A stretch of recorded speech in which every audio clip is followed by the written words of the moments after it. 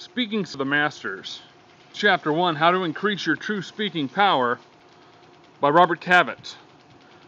Although I subscribe to the theory that honest arrogance is better than insincere humility, I say that I have every reason to these ideas in deep humility. I've stolen ideas and stories with a wild sense of abandon. In fact, the more I admire a person, the more of his or her material will be. For years, I've heard it said that if I steal only one idea, it is plagiarism. I'm a thief. If, however, I steal many ideas, it is education. I'm engaged in research. I hope the multiplicity of my thievery will vindicate me by putting me in this second category. Furthermore, I'm told that if my pursuits lead me into matters which are interesting to me alone, I possess great intellectual curiosity and am pursuing scientific inquiry.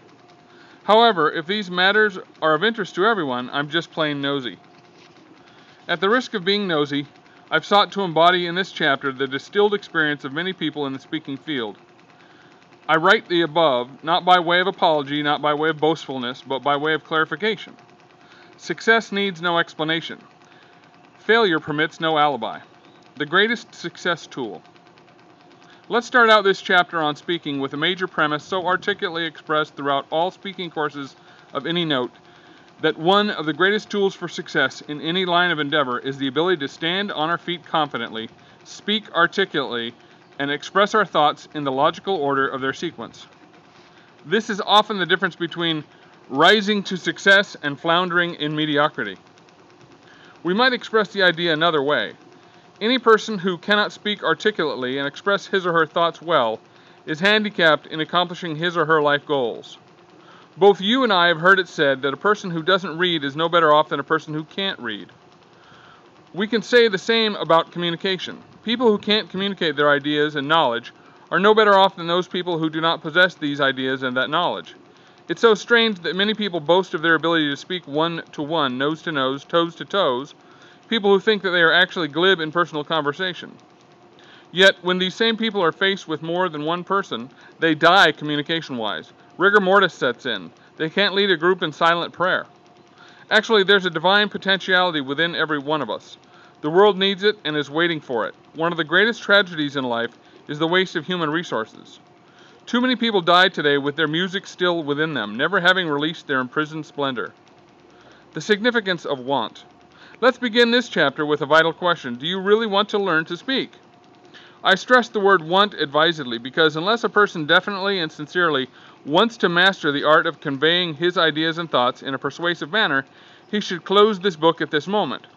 Furthermore, the desire must be deep enough and compulsive enough to cause him or her to follow certain suggestions and instructions contained in these chapters. We make no promise that learning to speak is an easy task that can be accomplished overnight. We do promise, however, that if you will stay with us through the entire book and devote yourself to principles contained herein, you will be amazed at the progress you can make. In no phase of your life are there so many undeclared dividends, so much unrealized potential as there are in the field of good communication, whether it be communication to 5 people or 5,000.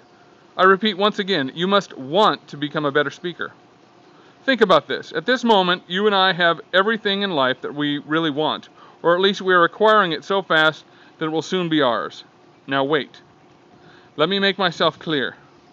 I didn't say we have everything in life that we wish for, dream about, or stand by the revolving door of life hoping to go through on somebody else's push. I said that we have everything in life we really want, because if we really want something, that compulsive desire will be powerful enough and strong enough to generate all the other qualities necessary for accomplishment of our desires. In this regard, there can be no compromise for mediocrity. No compromise with mediocrity. We must expend the effort. I say again that it is not easy. We have instant coffee, instant tea, but there is no quickie when it comes to mastering the art of communicating with any group, however small or however large. Please remember this. Mastering the art of speaking is not an overnight project. It takes time. We can't throw an egg into the barnyard and expect it to crow tomorrow. I once had an uncle who was always sitting around daydreaming, always saying what he planned to do when his ship came in. Hell, he never sent one out. That's the only sure way of missing the boat. Let me emphasize this point with a personal illustration. When I was a kid, Houdini, the greatest magician of the time, came to Starkville, Mississippi under the auspices of the Red Path Chautauqua. He asked for some kid to come to the stage and help him with the rabbit trick. I was a ham then, just as I suppose I am now, and I rushed to the stage.